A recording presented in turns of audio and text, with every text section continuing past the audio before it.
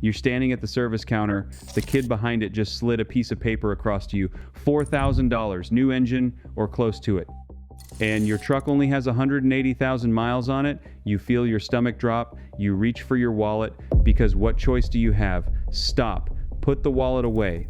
Because that engine was never supposed to die this soon. Here's what nobody at that counter will tell you. There's a fluid. It costs about $2 a treatment, and used the right way, it can carry almost any engine past 500,000 miles. Not a miracle, not a gimmick. A chemistry that's been sitting on the shelf since before your father was born. I learned at the same place. I learned most things worth knowing. From the Amish, out in the horse country, where a diesel engine is expected to run for 40 years, not 4. And the reason this works comes down to a single document, a crash investigation filed in 2003 that accidentally exposed what's really inside that cheap little bottle. Once you hear it, you won't be able to unhear it. And I want to be clear about something right now. This is not just for people rebuilding a motor. If you already own a truck, a tractor, a car, a generator, anything with pistons in it, this works on the engine you have sitting in your driveway tonight. The first time I drove out to a farm near Millersburg, Ohio, I saw an old man start a diesel power unit that he told me was older than me. It turned over once and caught like it was brand new. I asked him what his secret was, expecting some long lecture. He just held up a battered tin can with a faded label and said, 3 drops a gallon, since 1968. I laughed. I thought he was pulling the city fella's leg. I was wrong. And it took me 2 years and a lot of wasted money to understand just how wrong I was. Let me tell you what actually kills your engine. Because it is not the highway, it is not the long trips, it is not even the miles. Everything you've been taught about engine wear is pointed in the wrong direction, and that mistake is costing American families thousands of dollars every single year. Think about your engine right now, sitting cold in the driveway. It's been off all night. And here's the thing, almost nobody understands. While it sat there, gravity did its work. The oil that was coating your pistons, your cylinder walls, your camshaft, your bearings, it drained down into the pan, slowly, quietly, all night long. So by morning, the top of your engine, the part that takes the hardest beating, is nearly dry, bare metal resting against bare metal. Then you turn the key. For the first few seconds, before the oil pump can climb back up and recoat everything, your engine is running on almost nothing. Metal grinding against metal at hundreds of revolutions a minute. Engineers have studied this for decades, and the finding is always the same. The overwhelming majority of the wear your engine will ever suffer happens in those first cold seconds after startup. Not on the highway, in your driveway, every single morning. Do the math on that. If you start your engine twice a day, that's over 700 dry starts a year. 700 little moments of metal scraping metal. Multiply that across 10 years, 15 years, and you understand why an engine that could have lasted 500,000 miles instead limps into the shop at 180,000. It wasn't the driving, it was the mornings. Let me make this real for you, because I want you to actually see it. Picture the cylinder wall in your engine. To your naked eye, it looks like polished glass. Under a microscope, it's a mountain range, tiny peaks and valleys, and it has to be, because those valleys hold a thin film of oil. When the engine is running warm, the piston rings ride on that film of oil like a boat on water. They never actually touch the metal. That's the whole trick of an engine lasting a long time. Keep a film of oil between the parts, and they essentially never wear. Let those parts touch, even for an instant, and you get what engineers call boundary friction, which is a polite way of saying metal is tearing metal. Now here's the cruel part. The heaviest load your piston rings ever face is at the very top of the cylinder, right where combustion fires. And that top inch of cylinder wall is the first place the oil drains away from and the last place fresh oil returns to. So the single most punished surface in your entire engine is also the surface most likely to be dry when you turn the key. That is not bad luck. That is the fundamental design flaw that every internal combustion engine on Earth has carried since the beginning, and it is the flaw that this cheap fluid was, almost by accident, perfectly built to fix. And it gets worse in the cold. When it's 20 degrees out, your oil thickens up like molasses. Now, that oil pump has to shove cold, stiff oil all the way up from the pan to the top of the engine, and it takes longer, sometimes many seconds longer, to get there. So a winter start isn't just a dry start, it's a longer dry start, which is exactly why so many engines that ran fine all summer suddenly develop a knock or start burning oil right after their first hard cold snap. The damage was building the whole time. Winter just cashed the check. Now, the oil companies know this, the engineers know this, so the question that should be burning a hole in your mind right now is simple. If the damage happens in the first 3 seconds, before the oil even gets there, then what good is the oil? And more importantly, what did people use before the modern oil industry existed to solve a problem the modern oil industry still hasn't fixed? That answer takes us back exactly 100 years, to a man named Bert Pierce. In 1923, in the city of Chicago, Pierce ran a company that made carburetors for automobiles and for aircraft. And he had a problem. The tiny jets inside those carburetors kept clogging up with gum and carbon and varnish. Engines were choking to death on their own filth. So Pierce, working at his bench, mixed up a blend of petroleum and a few other ingredients to clean and protect them. It worked so well that mechanics kept asking him, "What on earth is in that stuff?" And Pierce, being a clever man, would just smile and say, "It's a mystery." That was the birth of what became known as Marvel Mystery Oil. And I know, some of you just rolled your eyes because you've seen the bottle at the auto parts store for years and figured it was snake oil. That's exactly what I thought too. But stay with me, because the reason it actually works is genuinely fascinating, and it is chemistry, not magic. Consider the company's own history, because it tells you something. This wasn't some fly-by-night outfit selling miracle cures out of the back of a wagon. Pierce's operation made real precision equipment. The carburetor side of the business became known as Marvel Schebler, and by 1928 those carburetors were feeding fuel to serious automobile and aircraft engines. The company started in Chicago, moved to New York in 1941, right as the country was gearing up for the war, and much later, in 1999, it was bought by Turtle Wax, a name every one of you knows. Through 100 years of American industry, through world wars and depressions and a dozen changes in the car business, that little bottle never went away. Ask yourself why a product survives a full century if it does nothing. Cheap junk does not last 100 years. Working knowledge does. There's a story I love about the war years. During the Second World War, and in the decades of aviation that followed, pilots and mechanics reached for this stuff to keep radial engines, the big round ones on the old warbirds, from gumming up and seizing when they sat between flights. When your life depends on an engine catching on the first try at altitude, you don't reach for snake oil, you reach for what works. That is the pedigree of the $2 bottle sitting on the bottom shelf that everybody walks right past. Inside that fluid is a compound called tricresyl phosphate. Say that 10 times fast. Here's why it matters. Tricresyl phosphate is what chemists call an anti-wear and extreme pressure additive. In plain English, it does something remarkable. It chemically bonds to the surface of the metal itself. It doesn't just float on top like regular oil that drains away overnight. It reacts with the steel and forms a microscopic protective film, a sacrificial layer that clings to the cylinder walls even when the engine is stone cold and switched off. This is not fringe science. This exact compound has been used to protect the engines in aircraft for the better part of a century, precisely because when a plane engine fails, people die, and the aviation industry does not gamble on snake oil. The film that tricresyl phosphate leaves behind is the difference between a cold start on bare metal and a cold start on a protected surface.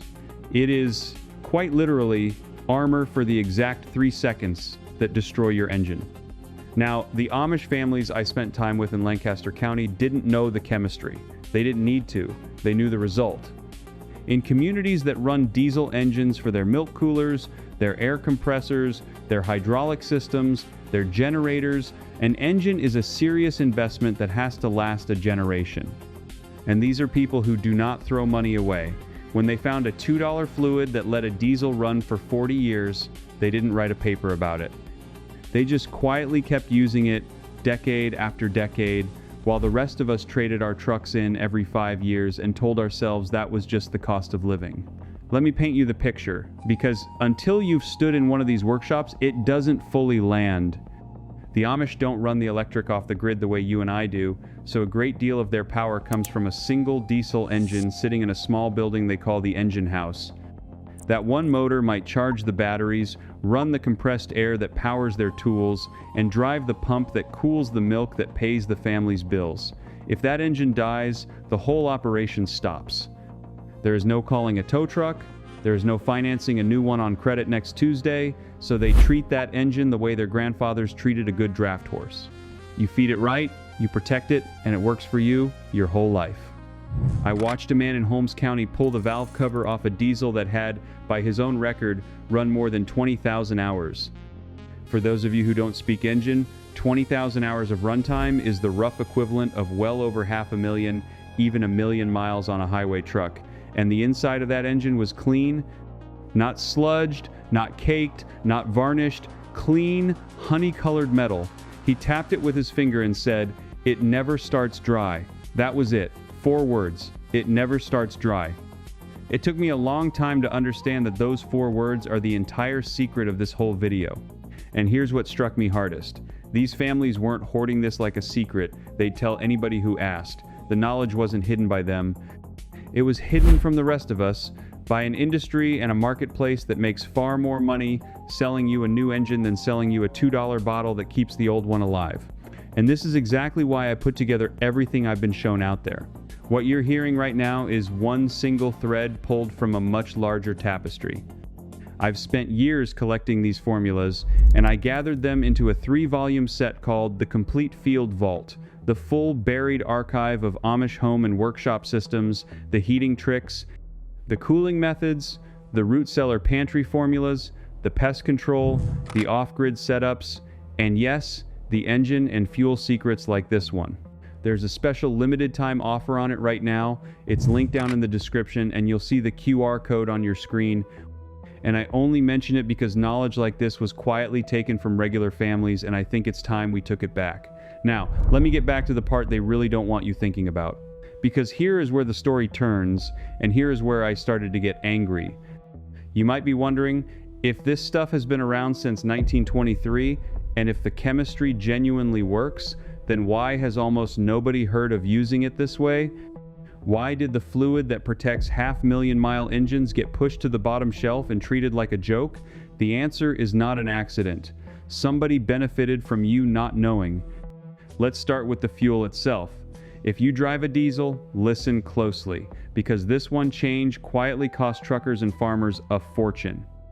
For decades, diesel fuel in this country contained a lot of sulfur. Now, sulfur is dirty, and I'm not going to defend it for the air we breathe, but sulfur did one thing extraordinarily well.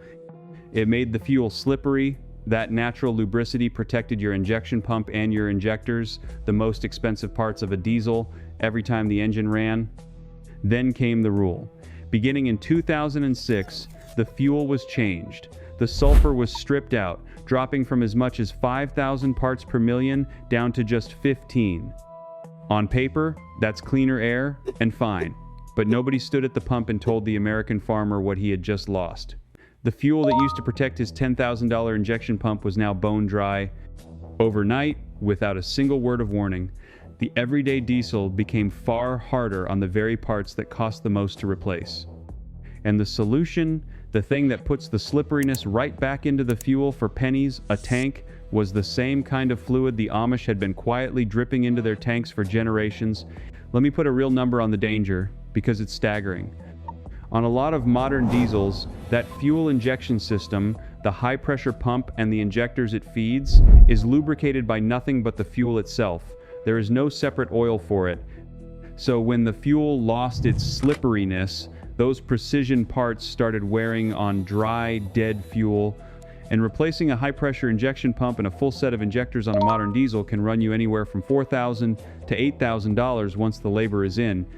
$8,000 of damage, quietly accelerated because a couple of ounces of lubricity per tank got left out of the equation, and nobody told the man holding the pump handle. The truckers figured this out on their own, of course.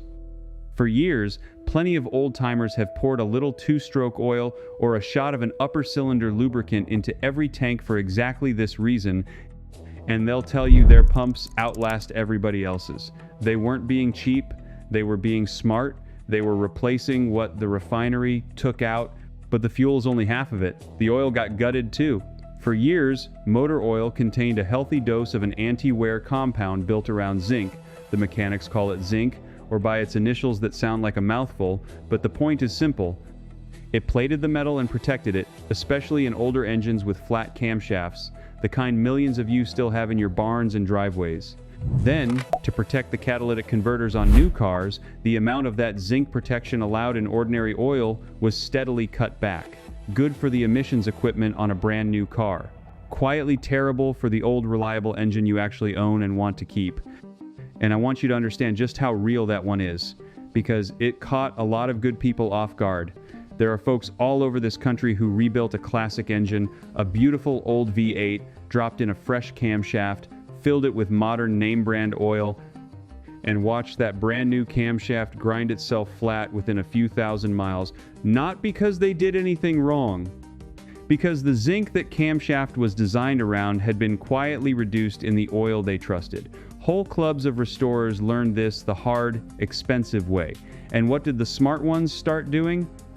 They started adding the zinc protection back in themselves, with an additive, the very thing the manufacturers warn you against. Because they'd rather protect a $4,000 rebuild than obey a warning label written by the same people who removed the protection in the first place. The pattern is always the same. They take it out. You have to know enough to put it back. So look at what happened to the ordinary working man in the span of about 20 years. The lubricity got pulled out of his fuel, the anti-wear metal got pulled out of his oil, and this is the part that really gets me. The same manufacturers turned around and told him, whatever you do, don't add anything back in. Ford and General Motors both put it in writing, telling owners not to use additives, warning it could even affect the warranty. So the protection gets removed from the products you buy, and then you're warned against replacing it. You didn't imagine that your engines don't last like they used to. They engineered it, and then they told you it was normal. And think about who was actually in the room when these decisions got made. The committees that set the fuel rules and the oil standards were not filled with farmers trying to make a tractor last 40 years. They were filled with the people whose interests line up perfectly with you buying more, sooner, and more often. The emissions engineers wanted to protect the catalytic converter for the length of the warranty, and after that, frankly, your engine's long-term survival was somebody else's problem, not theirs. The oil marketers wanted a product that let a new car pass its tests. Whether that same oil quietly starved your 15-year-old truck of the zinc it desperately needed, well, that wasn't on their chart either.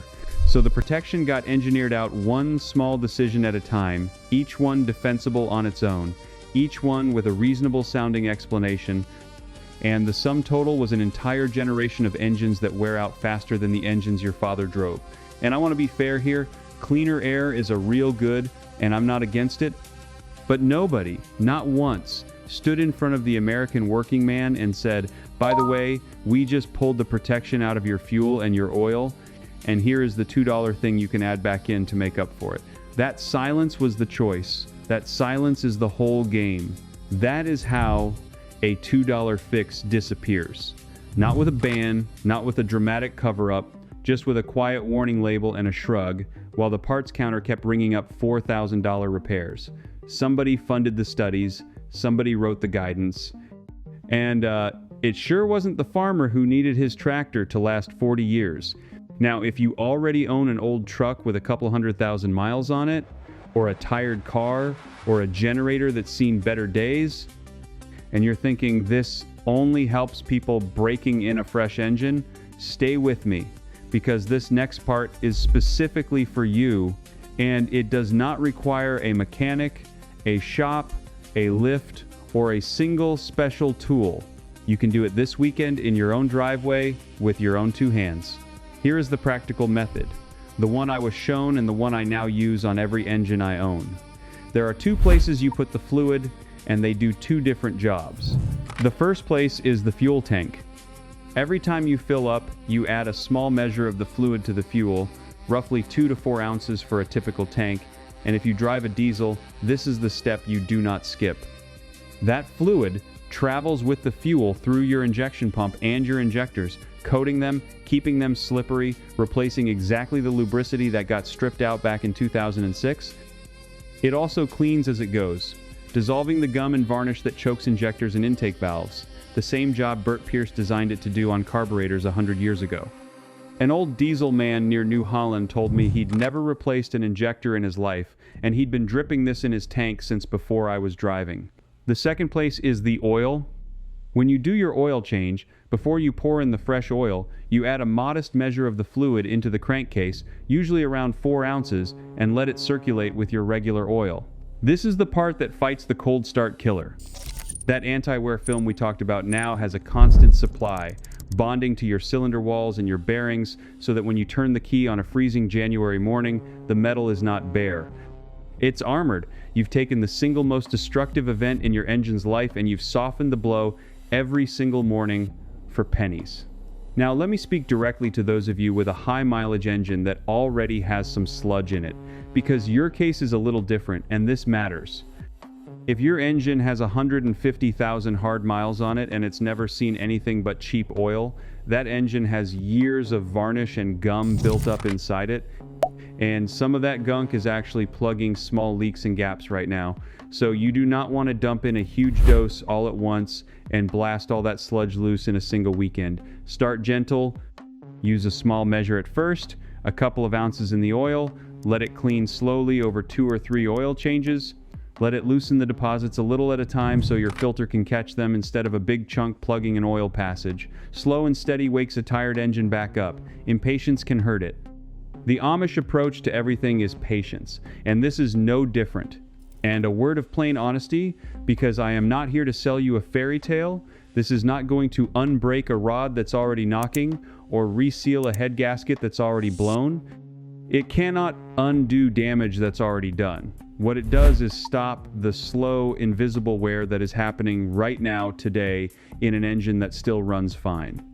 That is why the smartest thing you can do is start before you have a problem. The best day to armor your engine against the cold start killer was the day you bought it. The second best day is this weekend. Do those 2 things faithfully, and here is what actually happens over time. Your compression stays strong because the rings stay clean and free instead of gumming up and sticking. Your injectors keep spraying a fine mist instead of a sloppy dribble. Your oil consumption drops. Your cold starts get quieter. You'll actually hear the difference in the first week. And the wear that was quietly eating your engine alive slows to a crawl. This is how a 180,000 mile engine becomes a 300,000 mile engine becomes a 500,000 mile engine. Not with one big miracle, with a tiny bit of protection added back in over and over on the engine you already own. That right there is worth the price of admission. If you stopped watching now, you'd have something real. But I promised you a document, and I promised you the deepest secret, the one thing that separates the people who merely add a little fluid from the people whose engines simply refuse to die. And to give you that, I have to tell you about a plane crash. In 2002, a small aircraft went down, and the National Transportation Safety Board did what it always does. It investigated. And as part of that investigation, published in 2003, government laboratory technicians did something that, to my knowledge, almost nobody in the public had ever done. They took Marvel Mystery Oil into a lab and analyzed exactly what was in it. They cracked open the mystery that Bert Pierce had smiled about for 80 years. And the result is one of the most surprising things I've ever come across. The fluid was about 74% mineral oil, no surprise there. About 25% was a solvent, the cleaning agent. That's the part that scrubs the carbon and varnish. But it was the last ingredient that stopped me cold. 1% of that fluid, the mystery at the very heart of it, was lard, animal fat. Rendered fat, the same thing your great-grandmother kept in a can by the stove. Sit with that for a second. The magic ingredient in a 100-year-old, 500,000 mile engine secret is the oldest lubricant known to humanity. Animal fat. The exact substance that farmers and blacksmiths and wagon makers used to grease their axles and their tools for thousands of years before the first oil well was ever drilled. And here is why it is genius, and here is the finale I promised you. Animal fat behaves in a way that petroleum oil does not. It is what old-timers called a clinging oil. Because of the way its molecules are shaped, it grabs onto metal and holds on. It does not fully drain away into the pan overnight the way thin modern oil does. It leaves behind a stubborn, tacky film that stays put on your cylinder walls through the coldest, longest night, which means when you fire the engine in the morning, the metal was never truly dry. That first destructive cold start, the one thing that quietly kills more engines than anything else on Earth, is met with a film of clinging fat that was standing guard all night long. The Amish never needed the lab report. They came from a tradition that understood animal tallow and rendered fat as the finest metal protectant on the farm, long before the parts store existed. They knew that a little fat clings where oil runs off. When the modern world handed them a bottle that carried that same ancient principle into a modern engine, they recognized an old friend and they never let go of it. The knowledge existed for centuries. The industry buried it under a warning label and a bottle of thin, drain-away oil. One community quietly preserved it. And now, tonight, you have it. Think about how far back this really goes. Before there was a single oil well in this country, before Bert Pierce was even born, the whole of America ran on fat. The wagon that carried families west across the plains had its axles packed with tallow rendered from the fat of cattle and hogs, because the pioneers learned the hard way that a dry axle catches fire on a long grade and a greased one carries you 1,000 miles. The blacksmith quenched and protected his tools with it. The gunsmith wiped down a rifle barrel with tallow so it wouldn't rust and wouldn't seize. The miller greased the shafts of his mill with it. For thousands of years, every civilization that worked metal understood one plain truth that we have almost completely forgotten. Animal fat clings to metal and protects it in a way that thin, watery oils simply cannot. It grabs on and it stays. And then the petroleum age arrived, and it gave us wonderful, cheap, refined oils that flow beautifully and pump easily and pour clean out of a bottle. And in gaining all of that convenience, we quietly threw away the one property the old fats had that mattered most for the worst 3 seconds of an engine's life. We traded the oil that clings for the oil that flows, and we never noticed what we gave up because nobody told us. That is the whole story of how modern life works, isn't it? Somebody hands you convenience with one hand and quietly takes something valuable out of your pocket with the other. What you're doing when you protect your engine this way is nothing more than putting that ancient, clinging protection back where it always belonged. So here's your secret finale, the thing you can do this weekend, and I want you to really hear the sequence, because the order is the part almost everybody gets wrong. Most people, if they use this stuff at all, just splash a little in a cold engine whenever they happen to think of it, and they get almost nothing out of it. The Amish do it differently, and now you'll know why. When you add your fluid at the oil change, do it on a warm engine, right after you drain the old oil, so the clinging film coats every surface while the metal is still hot and open. Warm metal accepts that film the way a warm pan takes butter. Cold metal shrugs it off. That one detail, warm not cold, is the difference between protection that lasts the whole winter and protection that barely lasts the night. Then, and this is the part almost nobody does, before winter, before that long cold spell where your engine might sit for days, give it one last treatment and let it run for 10 minutes to carry that tacky, fat-based film all the way up to the top of every cylinder. You are, in the oldest sense of the word, greasing your engine to sleep, so that no matter how cold the morning, no matter how long it sat, it never ever starts dry. That is the whole secret. That is how the metal survives the only moment that was ever going to kill it. Let me tell you what you've really recovered here tonight. It isn't just a trick for making an engine last. It's proof that the thing that protects what you own the most was never expensive, never complicated, and never truly lost. It was just quietly taken off the shelf and out of the conversation, so you'd keep paying for the replacement instead of the prevention. You just took it back. And an engine that runs for 40 years isn't only money saved, it's a truck you hand down to your son, it's a tractor your grandson learns to drive. It's independence from a system that would very much prefer you stayed on the hook, buying the next one and the next one forever. If you're the kind of person who believes that real, working knowledge has been quietly pushed aside to protect somebody else's profit margin, then you already understand why this channel exists, and you already know what to do next. So let me ask you something specific, and I genuinely want your answer. That lard, that 1% of animal fat that turned out to be the whole secret, did any of you already know that? Did your father or your grandfather ever mention a clinging oil, a tallow, a fat they used on their tools or their engines to keep them from wearing dry? Tell me down in the comments. I read them, and this audience knows things the experts have forgotten. Don't just nod at the screen, take 30 seconds and write it down for the rest of us. And if you want to keep recovering what was taken, don't just watch and leave.